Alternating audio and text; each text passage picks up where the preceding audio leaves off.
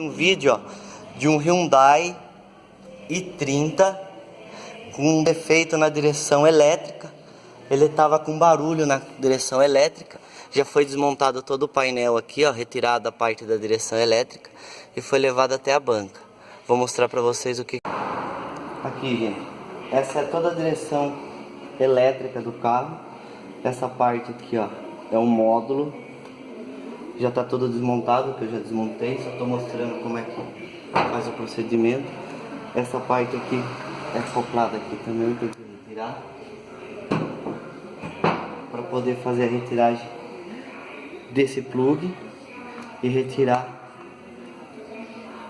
a direção. Aqui dentro já fiz a limpeza, já tá feito toda a limpeza. Tinha essa buchinha. Essa buchinha nova é essa daqui, ó. Para vocês compararem aqui, para vocês verem como danificou a bucha que estava no carro. Daí essa bucha vai acoplada aqui dentro para fazer o amortecimento da parte do motor da direção, certo? Fazendo a troca dessa bucha, acaba o barulho.